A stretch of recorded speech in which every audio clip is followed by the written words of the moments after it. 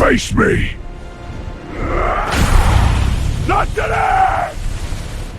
The simulations are clear. Earth is on the verge of collapse. You must intervene now, before it's too late. Keep firing! They're breaking through! I will hold them! Channel low!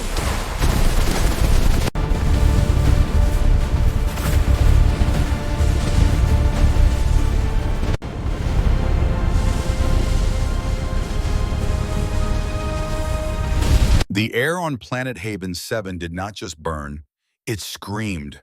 Toxic winds howled through the shattered hull of the crashed Coalition research vessel, carrying corrosive atmospheric acids that ate through standard-issue armor at a rate of exactly 2% per second. Beneath a collapsed titanium bulkhead, 7 Coalition crew members were trapped, their life signs flickering on tactical monitors like dying embers. Above them rested 12,000 tons of burning twisted alloy. The rescue perimeter was a scene of calculated despair. Krylon, Supreme Commander of the Shatterkin, stood at the edge of the wreckage. His towering body, composed of living, faceted diamond, reflected the toxic green lightning of the storm above. He was a being evolved on a world of crushing gravity and rivers of magma. He was by all galactic metrics indestructible. Yet he looked at the 12,000 tons of dead weight and shook his massive crystalline head. The structural integrity is compromised. Krylon's voice ground out, a sound like tectonic plates colliding.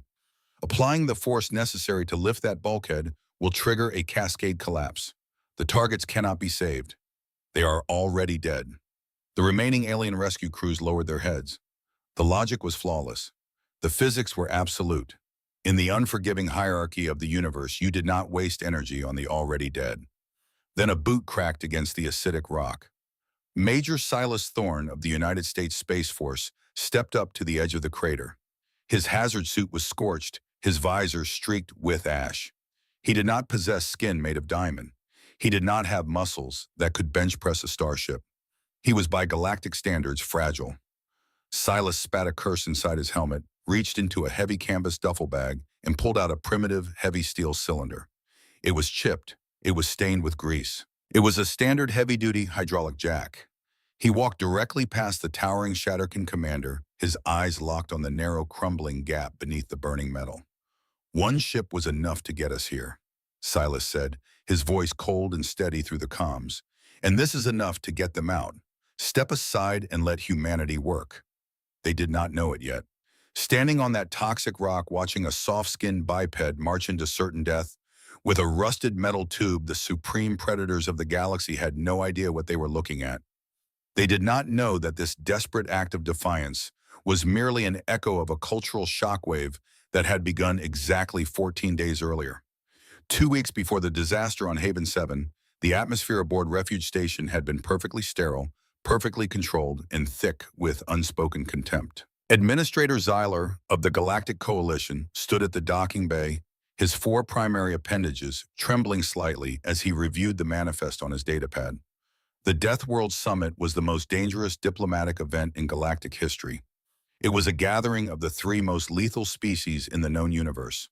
The Shatterkin, silicon-based titans forged in a gravity well 3.2 times the galactic standard. The Ravagers, pack-hunting apex predators from a world of eternal, continent-shattering hurricanes. The Depthsworn, leviathans born in oceanic trenches where the pressure could crush a standard dreadnought into a sphere the size of a fist. And then there was the 4th delegation. The airlock hissed open. Xyler braced himself. Out stepped Dr. Althea Vance. She wore a tailored dark navy suit. Her expression was neutral, her posture impeccable. Behind her walked Major Silas Thorne, wearing the dark uniform of the U.S. Space Force, his eyes methodically scanning the room, logging every structural weakness, every exit, every potential threat, and within 3 seconds of entry. Beside him was Dr. Alara Sterling, a dual doctorate xenobiologist and trauma surgeon, cheerfully adjusting a heavy backpack that clinked with unknown equipment. They looked small. They looked breakable. From the upper viewing platforms, the delegates of the true Deathworlds stared down. Krylon of the Shatterkin leaned over the railing, the ambient light fracturing through his chest plates. "Administrator Xyler," he boomed, the translation software struggling to capture the sheer arrogance in his tone. "Has there been an administrative error? Why are prey species sitting at a table built for survivors? Vral the lead. Ravager paced in the background, his scaled muscles twitching with pent-up kinetic energy. They have no armor. They have no natural weapons. Their olfactory senses are dead. I could snap the soldier's spine with a casual flick of my tail. Why are they here? Althea Vance did not flinch. She did not look away. She simply adjusted her datapad, her eyes fixing on the crystalline giant above her. We were invited, Althea said, her voice cutting through the cavernous hangar with absolute clarity. We are here to observe. Whether you consider us prey is a hypothesis you are welcome to test, but I would advise against it. Xyler felt a cold dread pull in his secondary stomach. The humans had no idea what they were dealing with. They were walking into a room full of loaded weapons and demanding respect. The first formal session of the summit was designed to be an exchange of planetary histories. It was in reality a brutal contest of intimidation. The central amphitheater of Refuge Station was a marvel of adaptive engineering, capable of isolating different atmospheric needs within localized force fields. Krylon took the center stage first. With a gesture, the massive holographic projector ignited. The room was bathed in the hellish crimson glow of the Shatterkin homeworld. Rivers of molten rock surged against cliffs of obsidian. Earthquakes tore continents apart in real time. We call it the Forge, Krylon stated. Surface temperature averages 400 degrees standard. Gravity is absolute. The weak are crushed into dust. The strong are compressed into diamond. We do not fight our world. We endure it. Your species would be pulverized into a thin paste within 4 seconds of atmospheric entry. Vral went next. The projection shifted to a world of blinding gray chaos. Winds exceeding 600 kilometers per hour stripped the flesh from massive armored beasts. The never still, Vral snarled. Silence is death. Stillness is death. We hunt in the storm. We run faster than the wind, or the wind scatters our bones. The room hummed with the aggressive pride of beings who had conquered hell itself. Then, it was humanity's turn. Dr. Althea Vance stepped into the projection circle. She did not swagger. She did not boast. She tapped a single command on her interface. The projection faded into a breathtaking sphere of blue, white, and green. It looked like a jewel. It looked like a paradise. A collective echoing scoff rippled through the alien delegations. Vral let out a clicking laugh. A garden world. You evolved on a vacation resort. You have never known suffering. This is Earth, Althea began, her voice smooth, almost conversational. And to look at it, you would think it is soft. But let me show you the parameters. She tapped her screen. The hologram fragmented into dozens of simultaneous video feeds. Our world does not have one extreme. It has all of them, simultaneously. The left side of the projection showed the desolate expanse of Death Valley. Deserts where the temperature reaches 70 degrees in the sun and drops below freezing the moment it sets. The right side showed the crushing whiteout of an Antarctic blizzard. Polar zones where water solidifies and the wind freezes the fluid in your lungs in minutes. The projection spun, showing hypercanes tearing coastlines to shreds. It showed tectonic plates snapping, unleashing tsunamis that swallowed entire archipelagos. It showed volcanic calderas large enough to blanket hemispheres in suffocating ash. You evolved to survive one specific method of execution, Althea said, her eyes panning across the silent room. Earth did not give us that luxury. Our world changes its mind about how to kill us every few centuries. It shifts, it freezes, it burns. She zoomed the projection out to a timeline of the planet's history. 5 massive, jagged, red spikes dominated the graph. 5 times, Althea said, letting the words hang in the heavy air. 5 times in our planet's history, the biosphere was subjected to apocalyptic cataclysms, asteroid impacts, global atmospheric ignition, glacial maximums. 5 times Earth killed 95% of everything living on its surface. The silence in the amphitheater was absolute. And 5 times, Althea whispered, the projection zooming in on a small bipedal ape fashioning a spear from a shattered rock. Life came crawling back out of the ash. We did not evolve to be the strongest. We did not evolve to be the fastest. We evolved to survive the end of the world, over and over and over again. Administrator Xylor's hands were visibly shaking. He looked at the data scrolling across his private terminal. It, it wasn't a clerical error, Xylor stammered, his voice amplified by the room's acoustics. Everyone turned to him. The Coalition survey drones. When they assessed Earth, they couldn't place it in the Class 10 category. Class 10 is for consistently hostile environments. Krylin leaned forward, the grinding of his joints echoing loudly.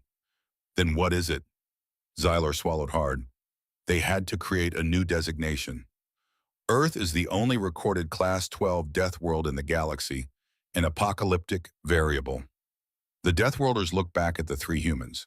They were no longer looking at prey. They were looking at anomalies. They were looking at ghosts who had survived a haunted house that repeatedly burned itself to the ground.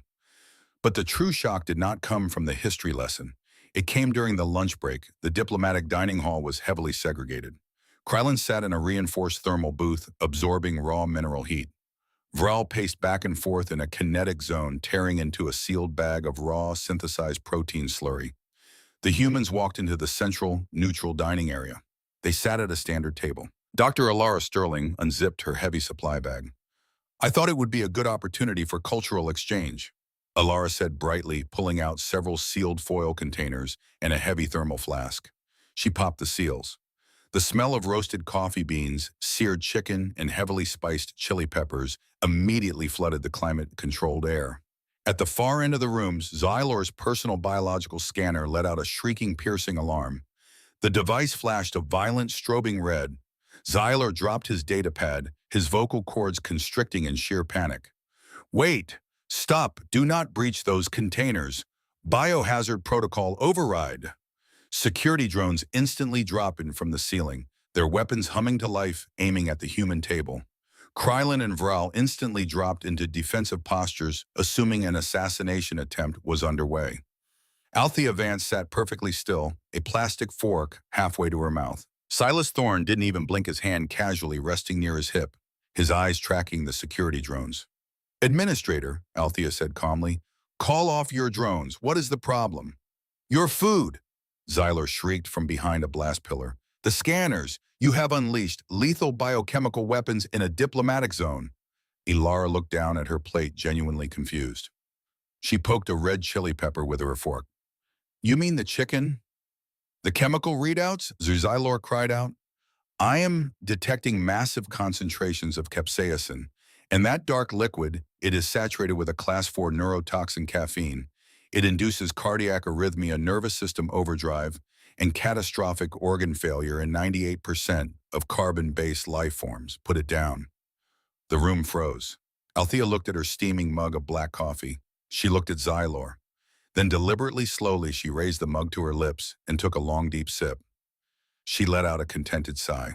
It's a stimulant, Althea said. We drink it in the morning. Many of us are quite irritable without it. Vral's jaw dropped, exposing rows of serrated teeth. You are ingesting a neurotoxin to alter your mood. Yes, Silas chimed in, using his combat knife to slice a thick piece of chicken, completely smothered in dark red chili sauce. He put it in his mouth and chewed. A bead of sweat formed on his brow from the heat. And the capsaicin is for flavor. It triggers our pain receptors. We like the burn. You cultivate toxic plants designed to cause pain, Krylin said, his vocal synthesizer glitching with disbelief. And you consume them for pleasure. Wait until he hears about the pineapple, Alara muttered, pulling out a sealed cup of bright yellow fruit. She held up a slice. This one is fun. It contains an enzyme called bromelain. It literally breaks down amino acids. When I eat this pineapple, the pineapple is actively trying to digest my tongue. She popped it into her mouth and smiled. A little spicy today. The security drones hovered confused, their targeting lasers painting the humans who were casually consuming a buffet of chemical weapons. Vral slowly stood up, ignoring the drones, and walked toward the human table. The massive predator who routinely hunted beasts the size of transport shuttles in zero-visibility hurricanes stared at Silas's plate with a mixture of horror and profound respect. Your world tried to kill you, Vral whispered. It threw weather meteors and toxic flora at you. Yeah, Silas said, taking another bite of the burning chicken. And your response, Vral continued, his eyes wide, was to harvest its weapons, cook them, and eat them for entertainment.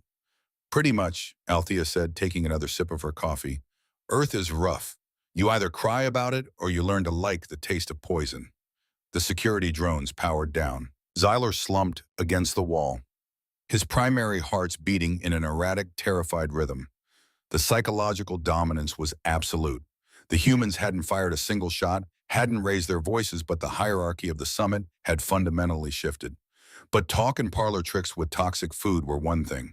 The coalition needed hard data. The afternoon session was a surprise addition to the itinerary, the physical endurance evaluations. The testing facility was a brutalist cathedral of suffering designed to push the galaxy's toughest species to their breaking points. The main apparatus was a variable environment kinetic track. It altered gravity, atmospheric pressure, and temperature at random intervals, while the subject was forced to maintain forward momentum. The Shatterkin went first. Krylon stepped onto the track. The gravity instantly spiked to 4.0 G. The temperature plummeted to absolute zero. Krylon did not flinch. He walked. The track sped up. He broke into a heavy, earth-shattering run. But as the hours passed and the environment violently shifted to extreme heat and zero atmosphere, the massive Diamond Titan began to slow. The energy required to move his incredible mass under shifting conditions has drained his internal reserves. After 4 hours and 12 minutes, Krylon locked his joints and signaled for the test to end. It was an astonishing display of raw power, but it had a hard limit. Vral the Ravager was next. He was a blur of motion. When the wind generators kicked in, mimicking his homeworld, he leaned into it, sprinting at speeds that blurred the security cameras. He was a perfect biological machine designed for the hunt. But the test did not just test speed, it tested atmospheric deprivation. As the oxygen levels were slashed and the gravity fluctuated in chaotic waves, Vral's massive lungs could not compensate for the erratic rhythm. He lasted 6 hours and 40 minutes before his legs gave out, panting heavily on the floor of the chamber. Then it was the human's turn. Silas Thorne stripped off his heavy uniform jacket, wearing only a tactical undershirt. Althea and Alara stood by the edge of the track. The parameters were set, standard coalition baseline, but escalating over time. Silas stepped onto the track. He didn't sprint. He didn't exert massive bursts of energy. He just started jogging, a slow, rhythmic, methodical pace. Hour 1 passed. The temperature rose to 40 degrees Celsius. Silas sweated his body, automatically initiating its built-in thermal regulation system. He kept jogging. Hour 3. The gravity spiked to 1.5 G. Silas's posture dropped slightly. His breathing deepened, but the rhythm of his boots against the track never altered. Thud, thud, thud. Hour 6. Vral's breaking point. The oxygen thinned. Silas stepped off the track, chest heaving, and before the system could register a failure, Ilara Sterling stepped on seamlessly, picking up the exact same pace. The aliens watched through the observation glass. They watched as the humans rotated. When one tired, the next took over. They drank water. They controlled their breathing. They didn't fight the environment. They adapted to it in real time. Hour 8, Krylon was standing flush against the glass. They are operating at a massive energy deficit. Their muscle fibers should be tearing. Why haven't they stopped? Hour 10, Silas was back on the track. His face was pale. His shirt was soaked in sweat. Every muscle in his body burned with lactic acid. But his eyes were dead focused on a fixed point on the wall. He was in the zone. 10 hours and 30 minutes. 11 hours. 11 hours and 30 minutes. Xyler finally slammed his hand on the control console, manually aborting the simulation. The track spun down. Silas stumbled, caught himself on the railing, and bent over, taking deep, ragged breaths. Alara immediately handed him a hydration pack. He squeezed it into his mouth, wiped his face with the back of his trembling hand, and looked up at the observation deck. Vral walked out of the viewing room and stepped onto the testing floor. The massive predator circled Silas, sniffing the air, smelling the sheer exhaustion radiating from the human. "You are not strong," Vral stated, his voice stripped of its earlier arrogance. "No," Silas wheezed, standing up straight. "You are not fast. Your sprint speed is laughable." "Yep." "Then how?" Vral demanded, his tail lashing behind him. How do you keep moving when your body is destroying itself? Silas looked the alien predator dead in the eyes. He didn't smile. Because we didn't evolve to outrun the prey, Vral, Silas said softly. We evolved as persistence hunters. We find a trail. We start walking. The prey sprints away. It rests. We catch up. It sprints away again. It rests. We catch up. Days, weeks, it doesn't matter. We never stop. We don't need to be stronger than death. We just chase it until it collapses from exhaustion. A heavy, suffocating silence fell over the chamber. The concept was entirely alien to beings who relied on overwhelming force. The humans had weaponized pure, unadulterated stubbornness. Krylon stepped into the room, his crystalline facets dimming in deep thought. You are an anomaly, a species that cannot win the strike but refuses to lose the war. They had proven their resilience. They had broken the psychological dominance of the Deathworlders. They had secured their place at the table not by baring their teeth, but by showing their scars. But endurance in a laboratory was only a theory. The true test was hurtling toward them through the dark void of space. As Silas toweled the sweat from his neck, the station's emergency klaxons erupted. The lighting violently shifted from standard white to a strobing bloody red. Xylor's voice blasted over the public address system, completely stripped of its diplomatic calm. It was a scream of raw terror. Emergency, Coalition Science Vessel Seeker has gone down impact, confirmed on Planet Haven, 7 multiple casualties. Lethal atmospheric breach. All rescue teams deploy immediately. The Deathworld summit was over. The time for theory had passed. And as the delegates rushed to the docking bays to board the armored rescue shuttles plunging toward the acid storms of Haven 7, they had no idea that they were about to step into the opening skirmish of a war that would burn the galaxy to ash. They did not know that the humans were about to stop proving they could survive and start proving they could protect. The drop to Haven 7 was not a flight. It was a controlled fall into an acidic blender. Inside the reinforced Coalition rescue shuttle, the ambient lighting flickered violently as atmospheric turbulence hammered the hull. The sound was deafening, a continuous metallic shriek, as corrosive clouds of sulfur and localized hypercanes tried to tear the ship apart midair. Krylon of the Shatterkin stood perfectly still in the center of the troop bay. He did not require a safety harness. His massive diamond-dense feet were locked to the floor, plating through sheer gravitational will. To him, the violent shaking was a mild vibration. Vral the Ravager gripped the overhead handles, his scaled muscles flexing with every plunge of the shuttle. His eyes were wide pupils dilated to take in the dim light. He was practically vibrating with adrenaline, his predatory instincts humming in anticipation of the storm outside. In the corner, strapped tightly into crash seats, sat the humans. Major Silas Thorne did not look out the viewport. His eyes were fixed on the tactical display mounted to his forearm. He was running atmospheric density calculations, checking the integrity of his sealed hazard suit and verifying the seals on his oxygen scrubbers. Beside him, Dr. Alara Sterling was silently organizing a trauma kit, her fingers moving with the precise, practiced rhythm of a combat surgeon who had operated under fire more times than she cared to remember. Dr. Althea Vance simply sat with her eyes closed, controlling her heart rate, preserving her oxygen. They did not have armor integrated into their biology. They did not have lungs that could filter toxic sludge. If their suits failed, their blood would boil within 90 seconds. The shuttle slammed into the jagged surface of Haven 7 with a bone-jarring crunch. The rear ramp hissed open. The atmosphere rushed in.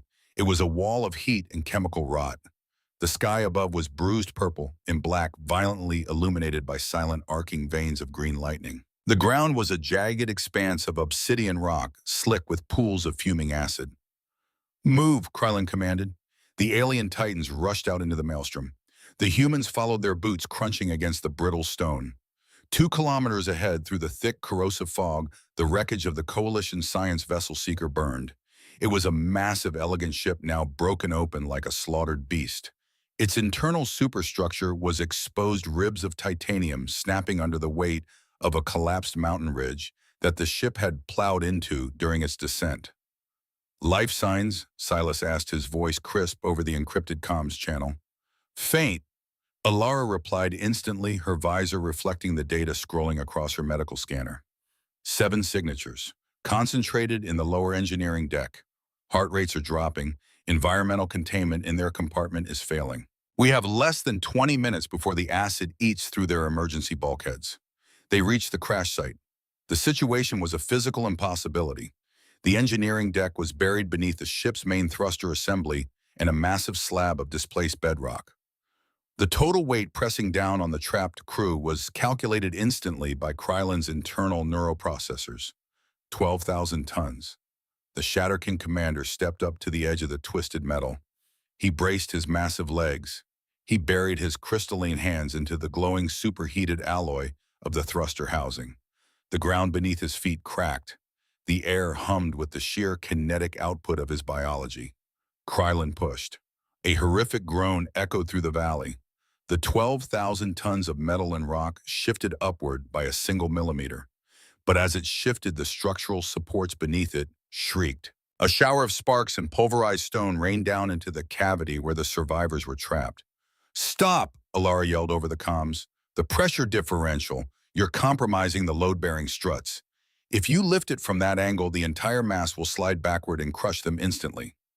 Krylan released his grip. He stepped back. The Diamond Titan looked at his hands, then at the wreckage. "The structural integrity is compromised," Krylan stated, his voice flat, devoid of emotion. "Applying the force necessary to lift that bulkhead will trigger a cascade collapse. The targets cannot be saved. They are already dead." Vral paced back and forth, his tail whipping violently against the rocks. "We cannot dig them out. We cannot lift it. The hunt is over. We must retreat before the acid compromises our shuttle." The alien logic was absolute. In a universe governed by raw power, when strength failed, survival dictated a tactical retreat. Major Silas Thorne unclipped his harness. He stepped past the pacing Ravager. He stepped past the towering Shatterkin. He stopped at the edge of the crater, looking down at the impossibly narrow, jagged gap leading into the crushed engineering bay. He spat a curse inside his helmet. He unslung the heavy canvas duffel bag from his shoulder and let it hit the rock with a dull, heavy thud. "One ship was enough to get us here," Silas said, his voice cold, broadcasting on the open coalition frequency. "And this is enough to get them out. Step aside and let humanity work." Krylan stared down at the human soldier. "You are experiencing emotional irrationality. Your physical strength is negligible. You cannot alter the physics of this equation." "Watch me," Silas replied. He reached into the bag and pulled out a heavy cylindrical tool made of hardened steel. It was a specialized military-grade hydraulic jack designed to lift overturned armored rovers on lunar colonies. Beside it, he pulled out thick coils of carbon nanotube cabling and a set of heavy-duty titanium pulleys. "Alara," Silas barked, "I need anchor points. Find me the strongest structural ribs that aren't compromised by the shear line." "Scanning wait," Alara said, already moving into the wreckage, completely ignoring the toxic rain eating away at the outer layers of her suit. 3 meters to your left. The primary titanium keel is intact. It can take the lateral load." Silas moved. He didn't try to lift the 12,000 tons. He didn't try to overpower the mountain. He crawled into the dangerous collapsing gap. "What is he doing?" Vral asked his translator, struggling to convey his sheer confusion. "He is inserting a primitive pressure cylinder." Krylan observed his ocular sensors zooming in. "It is illogical. The cylinder cannot displace 12,000 tons. "It doesn't have to," Althea Vance said smoothly, standing completely calm amidst the storm. "He isn't lifting the whole ship. He's lifting one specific stress point. He's changing the fulcrum." Deep inside the gap, Silas jammed the hydraulic jack beneath a bent support beam. He engaged the manual lever. Clack! The heavy steel piston extended a fraction of an inch. Clack! The metal above them groaned. Clack! Silas connected the carbon nanotube cables to the jack, running them through the pulleys Alara had anchored to the ship's keel. He was creating a mechanical multiplier. He was using the ship's own dead weight against itself. "Now," Silas grunted, gripping the end of the cable line. "Pull." He threw his entire body weight backward. Alara grabbed the line behind him, digging her boots into the rock. Through the sheer magic of basic terrestrial physics, the tension on the cables multiplied the force applied to the hydraulic jack. The jack pushed against the support beam. The beam shifted. A sickening screech of tearing metal echoed over the howling wind. The massive 12,000-ton bulkhead did not lift into the air, but it shifted upward on a precise microscopic angle. It tilted just enough. "The gap is widened," Ilara called out. "Clearance is exactly 42 centimeters." "That's enough," Silas said. "Go." Ilara Sterling dropped to her stomach. Without a moment's hesitation, she slithered into the dark, toxic gap, maneuvering her small, fragile human frame under a ceiling of steel that was screaming to collapse. Krylin and Vral watched in absolute paralyzed silence. To the alien Deathworlders, bravery was fighting a larger predator. Bravery was enduring a raging storm. But crawling willingly under a collapsing mountain to save the weak, that was not bravery. That was madness. "I have them!" Ilara's voice crackled over the radio, calm and professional. "Administering combat stimulants. Securing the first harness." One by one, the trapped coalition crew members were dragged out of the gap. They were battered, bleeding, and terrified, but they were alive. Silas hauled them up the crater wall, his muscles burning, his breath coming in ragged gasps inside his helmet. "Last one," Ilara grunted, pulling a heavily wounded engineer out of the gap. The moment she cleared the overhang, the support beam finally snapped. The 12,000 tons of metal crashed downward with the force of a tectonic event. The ground shuddered violently. A plume of toxic dust exploded outward. If Ilara had been 3 seconds slower, she would have been atomized. She stood up, brushed the corrosive dust off her shoulder, and checked the medical readouts on her wrist. 7 targets extracted, Ilara reported. Time elapsed from initial engagement, exactly 15 minutes. 0 casualties, 0 bullets fired. Krylin stared at the humans. The mathematical certainty of his universe had just been fundamentally violated. They had outsmarted gravity.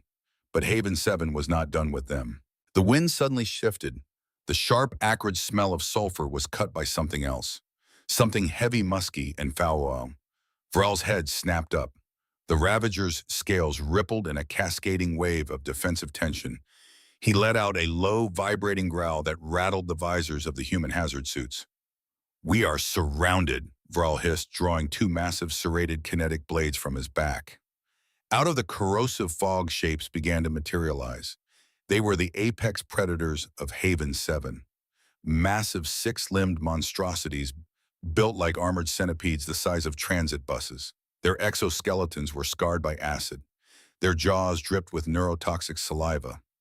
They moved with terrifying, silent speed, forming a perfect hunting circle around the rescue team. There were dozens of them. "Protect the wounded." Krylin roared, his body radiating intense thermal energy as he prepared to engage in a brutal hand-to-hand slaughter. Vral crouched, his muscles coiled tight. "We cannot hold them all. The prey will be caught in the crossfire. The casualties will be absolute." It was a nightmare scenario. The predators were too fast, too heavily armored. If the Deathworlders fought them, the collateral damage would ensure the rescued crew died anyway. Silas Thorne dropped the heavy pulley cables. He stepped to the absolute edge of the human perimeter, standing between the towering Ravager and the approaching horde of acid-spitting nightmares. "Major," Vral warned, "your suit cannot withstand their bite. Fall back." Silas didn't fall back. He reached to his tactical belt. He didn't unholster his sidearm. He didn't draw a blade. He pulled out 2 small cylindrical canisters. "Highly evolved predators," Silas said quietly over the comms, "always have highly evolved senses.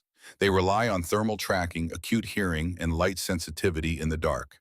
He primed the canisters. "They see everything. They hear everything." Silas threw the canisters into the center of the charging pack.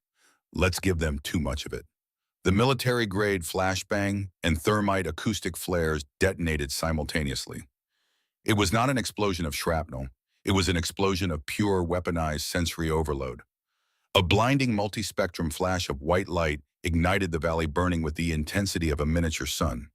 Instantly, a high-frequency acoustic screech tore through the air, a sound perfectly calibrated to shatter the delicate equilibrium of predatory hearing. The effect was instantaneous and devastating. The apex predators of Haven 7 did not attack. They shrieked in absolute agony. Their hypersensitive eyes were blinded. Their tracking organs were overloaded by the searing thermite heat. Their inner ears were ruptured by the deafening frequency. The beasts thrashed wildly, crashing into each other in blind panic before turning and fleeing desperately back into the acidic fog to escape the sensory hell the human had just unleashed. Silence fell over the crater, save for the howling wind. Silas casually holstered his empty flare pouches. He turned back to the stunned alien commanders. "Perimeter clear," Silas said. "Let's get these people home." On the flight back to Refuge Station, the atmosphere inside the shuttle was vastly different. The wounded were stabilized. Alara monitored their vitals in silence. Vral sat across from Silas. The massive alien predator stared at the human soldier for a long, unbroken period. He looked at the primitive tools. He looked at the empty flare canisters. "I was wrong about your species." Vral finally spoke, his deep voice carrying over the hum of the engines. Silas looked up. "You thought we were prey. It's a common mistake." "No," Vral corrected gently. "I realized you were not prey during the endurance test. I thought you were hunters, like us. But I was wrong about that too." Althea Vance turned her head, listening. "Hunters kill to survive." Vral explained, his eyes locking onto Silas. "You threw away your weapons. You did not strike to kill. You manipulated the environment to save the weak. My language does not have a word for what you are." "Try soldier," Silas offered. "No." "Oh." Vral shook his head. "Soldiers conquer. You are protectors. You guard the flock. You stand in the dark so others can sleep in the light." The Ravager leaned forward, his voice dropping to a grim whisper. "And that is why the Supreme Coordinator brought you here. That is why the Deathworld Summit was convened. Because the Coalition does not need hunters any more humans. The Coalition needs protectors." Althea narrowed her eyes. "What are you talking about, Vral?" "You will see," the alien replied, looking out into the cold void of space. "The Scourge is already here." 48 hours later, the diplomatic amphitheater of Refuge Station was sealed. The decorative banners were gone. The ambient lighting was dialed down to a cold tactical blue. This was no longer a cultural exchange. This was a war room. Supreme Coordinator Vesh hovered at the center of the room. Vesh was an ethereal being existing primarily as a contained matrix of electromagnetic energy within a sophisticated containment suit. They were the voice of the civilized galaxy, and right now that voice was trembling with profound despair. Althea, Silas, and Alara stood at the front of the human delegation, flanked by Krylin and Vral. "The Coalition is falling," Vesh announced. The translation software did not need to convey emotion. The raw data displayed on the holographic projector did it for upon them. The hologram ignited, showing a star map of the outer galactic rim. 6 months ago, a biological anomaly breached our outer defensive perimeter. We designated them the Scourge. The map zoomed in on a thriving, lush colony world. Suddenly, a wave of dark, jagged contacts blotted out the orbital sensors. The footage cut to surface cameras. It was a tide of biological horror. Creatures that looked like a terrifying amalgamation of bone sinew and razor-sharp chitin poured out of organic drop pods. They moved like a liquid shadow swarming over cities, devouring every trace of organic matter. "They are not a civilization," Vesh explained. "They are a weaponized ecosystem. They do not communicate. They do not negotiate. They consume." "We dispatched the Third Coalition fleet." Vesh continued, changing the footage. The video showed sleek, highly advanced Coalition warships firing devastating barrages of plasma fire into the swarm. At first, the Scourge died by the millions, but then the footage jumped forward by 72 hours. The Scourge creatures had changed. Their carapaces had mutated, developing a highly reflective, prismatic coating. The plasma fire simply dispersed harmlessly across their armor. "They adapted," Alara whispered, her scientific mind instantly recognizing the horrific speed of the biological evolution. "Yes," Vesh confirmed. "We switched to kinetic weapons. Within a week, they grew hyperdense bone plating. We deployed neurotoxins. They evolved redundant, decentralized nervous systems. Every weapon we use, they learn from. Every strategy we deploy, they counter." The map pulled back. 12 star systems were glowing a dead flat red. 12 planets extinguished in 6 months. Vesh said, the energy inside their suit dimming. 300 billion lives lost. They are currently massing on the border of the core worlds. If they break through, the coalition will cease to exist in less than a year. Vesh turned their optical sensors toward the Deathworld delegations. Our species evolved in peace. We built our civilizations on logic, trade, and technology. We are soft targets. The Scourge treats us as nothing more than a nutrient paste. That is why we summoned you. Krylon stepped forward, his diamond fists clenching. You need the worlds forged in hell. You need us to break them. We need you to hold the line, Vesh pleaded. The Shatterkin, the Ravagers, the Depthsworn, you are the only species capable of surviving direct, brutal confrontation. We need you to deploy your entire populations to the border. You will be our shields. Vral let out a low growl, pounding a fist to his chest. We will die in the storm. We will hunt them until our bones shatter. It was a suicide pact. The Deathworlders were proud, fierce, and entirely willing to throw themselves into the meat grinder to buy the civilized galaxy a few more months of existence. Althea Vance looked at the map. She looked at the projection of the endlessly adapting monsters. She looked at the alien commanders eagerly volunteering for extinction. She slammed her open palm flat against the metal console. The sound cracked through the silent room like a gunshot. Absolutely not, Althea said. Every eye in the room snapped to the human delegation. Vesh hovered closer. Dr. Vance, are you refusing the call? Your species demonstrated exceptional survival capabilities. Will you not stand with the coalition? We are not refusing to help, Althea said, her voice dropping to a dangerous icy register. We are refusing your utterly catastrophic strategy. Krylon bristled. Do not mock our courage, human. We are willing to die. And dying is exactly what you'll do, Althea fired back, stepping directly into the hologram. Look at the data. Look at how they operate. She pointed rapidly at the tactical readouts. You hit them with plasma, they grow mirrors. You hit them with kinetics, they grow armor. What do you think is going to happen when you throw billions of Shatterkin and Ravagers at them? They will adapt to you. They will evolve to crack diamond. They will evolve to outrun the wind. You aren't going to stop them. You are going to feed them the best genetic upgrade they have ever encountered. The room went dead silent. The undeniable, horrific logic of her statement hung in the air. Then what is the alternative? Vesh asked, their voice barely a whisper. If the strongest among us cannot fight them all, is lost. Silas Thorne stepped up beside Althea. The veteran soldier looked at the map, his eyes calculating, his mind shifting from tactical survival to grand strategy. You're fighting the wrong war, Silas said, addressing the Supreme Coordinator.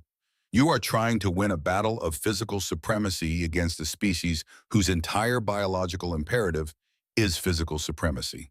You can't outmuscle them. Then how do we defeat them? Vral demanded. You don't, Althea said. You out-adapt them. She tapped her datapad, overriding the main coalition projection. Once again, the history of Earth filled the room. The ice ages, the asteroid strikes, the violent, chaotic shifts in environment. The Scourge adapts to specific, singular threats. Althea explained, pacing the floor. They are reactive. They wait to be hit, and then they build a shield for that exact weapon. But humanity, Earth, didn't just throw one weapon at us. It threw everything constantly for millions of years. She paused, letting her words sink in. The Scourge adapts to threats. Humans adapt to adaptation itself. Xyler, watching from the sidelines, swallowed hard. I do not understand. What are you proposing? Silas Thorne uncrossed his arms. The American soldier looked at the terrified faces of the civilized galaxy. You want to use us as meat shields, Silas said flatly. You want to throw the Deathworlders into the fire so the soft planets can hide in the dark. We refuse. We aren't going to fight your war for you. He leaned over the hollow table, his eyes locking onto Vesh's energy core. We are going to teach you how to fight it yourselves. A murmur of confusion rippled through the coalition delegates. Force multiplication doctrine. Silas stated the military terminology, sounding harsh and alien in the diplomatic chamber. The Scourge is sweeping through your worlds because your worlds are easy prey. You rely on automated planetary shields and clean, sterilized fleets. When the shields fall, your people panic and die. Silas pointed at Krylon, then at Vral. The Shatterkin know how to build subterranean fortresses that can withstand tectonic collapse. The Ravagers know how to conduct asymmetric guerrilla warfare in zero-visibility environments. And humans, Silas smiled a grim, terrifying expression. Humans know how to turn a garden into a graveyard. Althea stepped back in beside him. We are not deploying as an army. We are deploying as military advisors, as drill instructors. We are going to take your soft, civilized, peaceful planets, and we are going to teach your populations how to dig trenches. We are going to teach them how to make improvised explosives from agricultural fertilizer. We are going to teach them how to fight in the mud in the dark and in the ruins. The audacity of the plan was staggering. The humans were not offering a weapon. They were offering a fundamental rewriting of galactic psychology. The Scourge expects prey that runs, Silas concluded, his voice echoing with absolute authority. We are going to turn every single planet in the Coalition into a Class 12 Deathworld. We are going to make the entire galaxy so ungodly toxic, so fiercely dug in, and so incredibly stubborn that the Scourge will choke on the first bite. Vrel's scales rippled with a profound, terrifying thrill. The Ravager slammed his fists together, the sound echoing like thunder. We turn the galaxy into a trap. We teach the prey how to bite. Krylan's crystalline face shifted, reflecting a blinding white light. We will build them walls that never break. You will teach them the will to stand behind them. Supreme Coordinator Vesh hovered in silence for a long time. They looked at the three humans, a species without natural armor, without claws, without overwhelming strength. Yet they possessed a weapon far more dangerous than anything the Scourge could ever evolve. They possessed the sheer absolute refusal to surrender. Dr. Vance, Major Thorne, Vesh finally spoke, their voice carrying the weight of 1 trillion lives. Will humanity truly do this? Will you lead us into the dark? Althea Vance looked up at the star map. She thought of the history of her chaotic, beautiful, deadly home world. She thought of the ashes and what always crawled out of them. We are apex predators, Coordinator, Althea said softly, yet her voice carried to every corner of the room. But we are the only predators in the universe who hunt to protect. Give us the coordinates of the next invasion zone. It's time for the Scourge to find out why the universe hides its monsters on Earth. The diplomatic phase was over. The training phase had begun, and the galaxy would never be the same again. The dirt of Kalis Prime was meant for cultivating bioluminescent gardens, not mass graves. For 1,000 years, the Coalition colony had been a crown jewel of peaceful expansion. Its cities were sweeping spires of spun glass. Its citizens were scholars, artists, and philosophers who had never known the sound of an orbital bombardment. They were a species of slender, fragile beings with translucent skin and delicate, multi-jointed hands designed for weaving light, not making war. Now those same hands were bleeding in the mud. Dig, Major Silas Thorne roared, his voice cutting through the relentless driving rain. If you can see the sky can kill you. Dig until your shoulders tear. Dig until you hit bedrock. A trench line, jagged and ugly, scarred the pristine rolling hills outside the capital city. Inside it, thousands of terrified Coalition civilians were desperately hacking at the earth with entrenching tools. They were weeping. They were trembling. But they were digging. Silas walked the rim of the trench, his boots sinking into the muck. He watched a young Coalition scholar collapse, dropping his shovel, his delicate hands blistered and weeping a pale blue fluid. The alien looked up at Silas, his wide bioluminescent eyes filled with absolute despair. Major! The scholar gasped, his voice a melodic chime broken by terror. My physical structure is failing. We are not designed for this. We are soft. The Scourge will tear through us like wet paper. Silas stopped. He didn't yell. He didn't offer a gentle platitude. He dropped down into the trench, his heavy combat boots splashing in the rising water. He picked up the dropped shovel and shoved it back into the scholar's bleeding hands. You are soft, Silas said, his voice dropping to a terrifying absolute calm. Your bones are light. Your skin is thin. If they hit you, you will break. Silas leaned in his rain-slicked visor, inches from the terrified alien's face. So don't let them hit you. We are not teaching you how to wrestle them. We are teaching you how to kill them before they even know you are there. The dirt is your armor now. The shadows are your shields. You don't need to be strong to pull a trigger. You just need to be mean. Silas tapped the scholar's chest right over his primary heart. Find the meanest, ugliest, darkest part of your soul, son. The part that wants to live. Grab it, weaponize it, now dig. The scholar swallowed hard, his hands tightening around the handle of the shovel. He turned back to the mud. He dug. This was the force multiplication doctrine. Across 3 targeted star systems, humanity had unleashed a plague of survival. They had stripped the civilized galaxy of its elegant illusions. In the subterranean command bunkers, Dr. Althea Vance was orchestrating a masterpiece of asymmetric warfare. She stood over the holographic tactical tables flanked by Krylon of the Shatterkin. The massive Diamond Titan was no longer a frontline berserker. Althea was using him as a combat engineer. The Scourge swarms move like fluid. Althea instructed, her fingers flying across the holomap, drawing red lines across the valleys of Kalis Prime.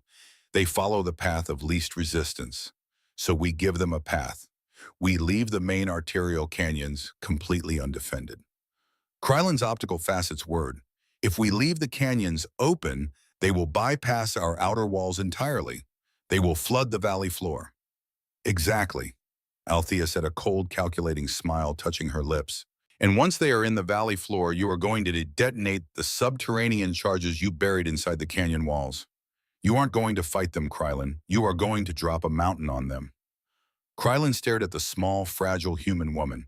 The concept of utilizing geography as a weapon of mass destruction was horrifyingly elegant. It was warfare stripped of honor, reduced to brutal mathematical efficiency. You humans, Krylon rumbled, his voice laced with awe, you do not fight the enemy. You make the universe fight them for you. Earth taught us early, Althea replied without looking up from the map. Always cheat. Deep in the medical wings of the civilian shelters, Dr. Alara Sterling was performing a different kind of desecration. The pristine, automated Coalition autodocs had been stripped away. In their place were rows of crude metal operating tables. The Coalition medics, accustomed to healing genetic anomalies with laser precision nanites, were staring in horror at the human trauma surgeon. Alara slammed a heavy canvas-wrapped kit onto a metal table. She unrolled it, revealing rows of gleaming, jagged steel. Clamps, scalpels, bone saws, manual tourniquets. Listen to me very carefully, Alara announced, her voice echoing in the sterile white room. When the Scourge hits the line, the power grid will fail. Your autodocs will die. Your nanites will fry from the EMPs. When a soldier comes to you with a severed limb, you will not have time to synthesize tissue. She picked up a mechanical tourniquet and a heavy, brutal-looking cauterizing iron. You are going to strap the limb, you are going to cut the dead flesh, and you are going to burn the stump closed to stop the bleeding. It will be agonizing, it will be barbaric, and it will keep them alive so they can pick up a rifle with their remaining hand. A Coalition physician, his skin a pale, sickly green, looked at the crude iron. You are asking us to butcher our own people. This is torture. This is triage, Alara snapped back, her eyes flashing with the ghost of 100 battlefields. The Scourge doesn't care about your medical ethics. They care about your biomass. You can be civilized and dead, or you can be barbaric and breathing. Choose. The physician looked at the cold steel. He looked at Alara. Slowly, with a trembling hand, he picked up the tourniquet. The galaxy was learning, the prey was growing teeth. But preparation was only a theory until the sky began to bleed. 72 hours after the humans took command, the orbital buoys around Kalis Prime screamed their final warnings before going dark. The sky above the capital city ripped open. There was no Grand Armada. There were no sleek metallic starships. The Scourge did not build, they grew. Massive biological drop pods the size of skyscrapers plummeted through the atmosphere. They hit the atmosphere so fast the friction ignited their outer carapaces, streaking across the sky like a rain of diseased black meteors. In the trenches, 10,000 Coalition soldiers looked up. Their hearts hammered against their ribs. The instinct to flee, honed by millions of years of peaceful evolution, screamed in their minds. The air grew thick with the stench of ozone and rotting flesh. Major Silas Thorne racked the charging handle of his heavy kinetic rifle. The sharp metallic clack echoed down the trench line. "Hold the line!" Silas roared, his voice amplified by the comms network, reaching every trembling soldier in the mud. "They want a meal. Let's give them heartburn. Nobody fires until I give the order. The first drop pod slammed into the earth 3 kilometers past the city limits. The impact shook the bedrock, sending shockwaves that shattered the glass spires of the empty capital. The pods burst open. It was a tide of living nightmares. Millions of Scourge drones poured over the crater lips. They were a horrifying mix of scythe-like appendage, hyper-dense chitin armor, and jaws that snapped with enough force to sever steel cables. They moved with absolute terrifying silence. No battle cries, no roars, just the sickening, clicking sound of a billion claws tearing up the soil as they charged toward the city. In the underground command bunker, Althea watched the tactical feed. The swarm was massive. It was overwhelming. It was exactly what she wanted. They are moving toward the capital. Xyler whispered, his eyes wide as he watched the monitors. They are bypassing the outer settlements. They seek the densest concentration of biomass. They're taking the bait, Althea said, her voice completely devoid of tension. Krylin, are they in the canyon? The vanguard has entered the arterial gorge.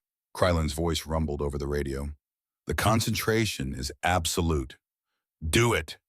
3 miles away, the Scourge swarm flooded into the deep, natural canyon leading to the city gates. They were packed shoulder to shoulder, a rushing river of biological terror, anticipating the slaughter of the soft prey hiding behind the city walls. They did not look up. Krylin of the Shatterkin stood on the ridge miles above them. He slammed his diamond fist down onto the manual detonation plunger.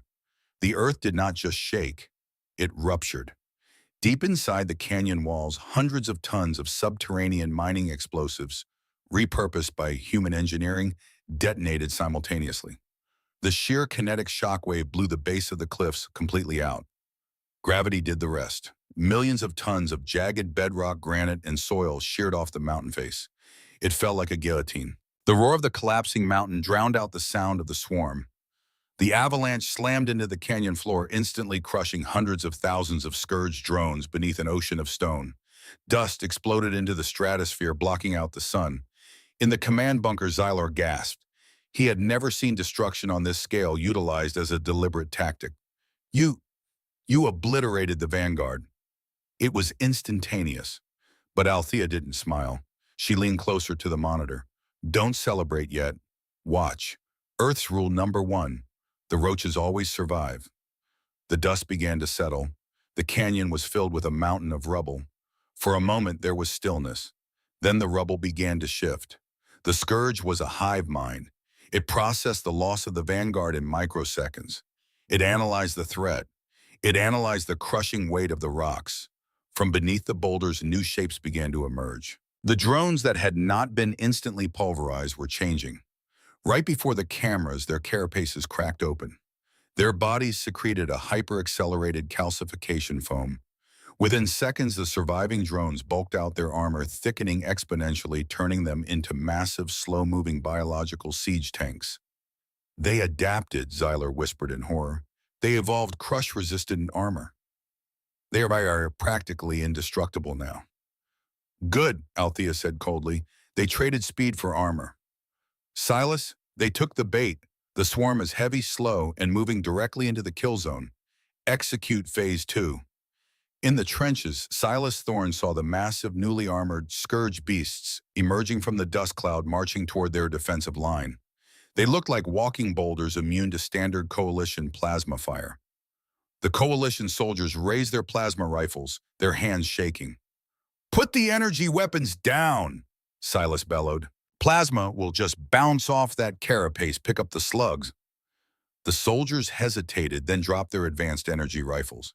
They picked up the heavy, ugly, primitive weapons the humans had forced them to carry.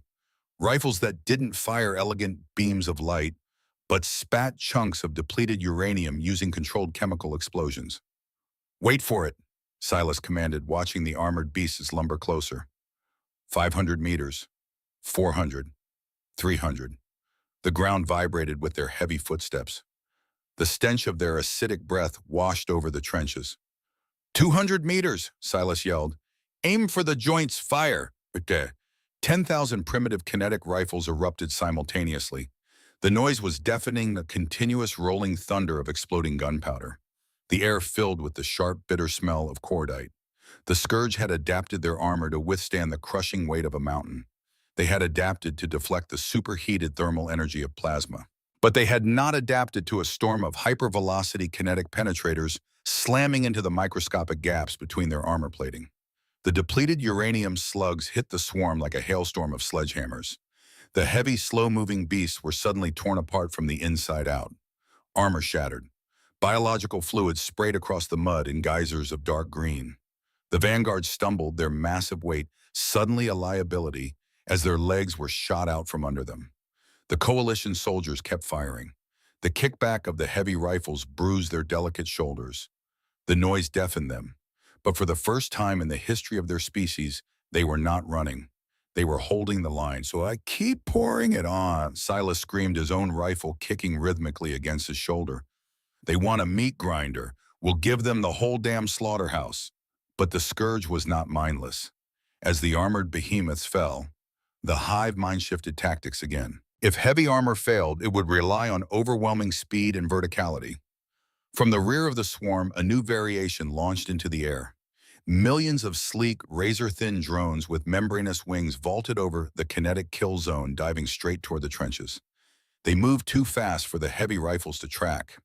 One of the winged terrors slammed into the trench right next to the young scholar Silas had spoken to earlier. The creature shrieked, its scythe-like arm raising to decapitate the fragile alien. The scholar didn't freeze. The elegant, peaceful philosopher remembered the mud. He remembered the cold, dark place Silas had told him to find. He didn't try to shoot it. He lunged forward, slamming a human-designed, crude-shaped charge explosive directly against the creature's chest, and threw himself backward into the flooded trench water. The blast vaporized the upper half of the Scourge drone. Shrapnel rained down on the trench. The scholar breached the surface of the muddy water, gasping for air. He looked at his own hands.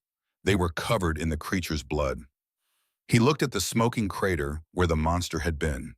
He had killed it. He, a creature of glass spires and poetry, had looked the apex predator of the universe in the eye and blown it to hell. A terrifying, unfamiliar sound ripped from the scholar's throat. It was not a cry of fear. It was a roar of primal, unadulterated defiance. He grabbed his dropped rifle, racked the bolt, and aimed at the skeleton. Down the line, the panic vanished. It was replaced by something much more dangerous. It was replaced by the terrifying, infectious stubbornness of humanity. The coalition forces didn't just hold the trench, they began to fight with a savage, desperate joy. Vral the Ravager watched from a secondary ridge, his kinetic blades dripping with alien blood. He watched the soft, weak prey species standing knee-deep in mud, firing primitive weapons into the face of certain death, refusing to take a single step backward. The Ravager threw his head back and unleashed a howling laugh that echoed over the gunfire. "They are not prey anymore," Vral roared to his packmates. "The humans have infected them. The whole galaxy has gone mad." For 6 agonizing hours, the battle raged. The Scourge threw everything it had at the defensive lines. They adapted to spit acid. Alara's medics dragged the screaming wounded into the bunkers, amputating and cauterizing with brutal efficiency, throwing patched-up soldiers right back onto the firing line. The Scourge tried to burrow under the trenches. Krylin and the Shatterkin met them in the dark, engaging in brutal claustrophobic subterranean brawls, crushing the insectoid skulls with their diamond bare hands. The Scourge tried to adapt to the kinetic weapons, attempting to grow flexible, reactive membranes. But Silas was always one step ahead. The moment they adapted, he ordered the coalition artillery to switch to incendiary white phosphorus. When they adapted to the fire, he switched back to armor piercing. Humanity didn't let the Scourge find an equilibrium. They kept changing the rules of the environment, forcing the hive mind into a constant, exhausting cycle of biological redesign. And then something impossible happened. In the subterranean bunker, the tactical map blinked. The massive swarm of red dots, millions of Scourge drones, suddenly stopped moving forward. Xylor leaned over the console, his breath catching in his throat. "Dr. Vance, the telemetry, the swarm it's reversing vectors." Althea stared at the screen, her eyes narrowing, calculating the variables.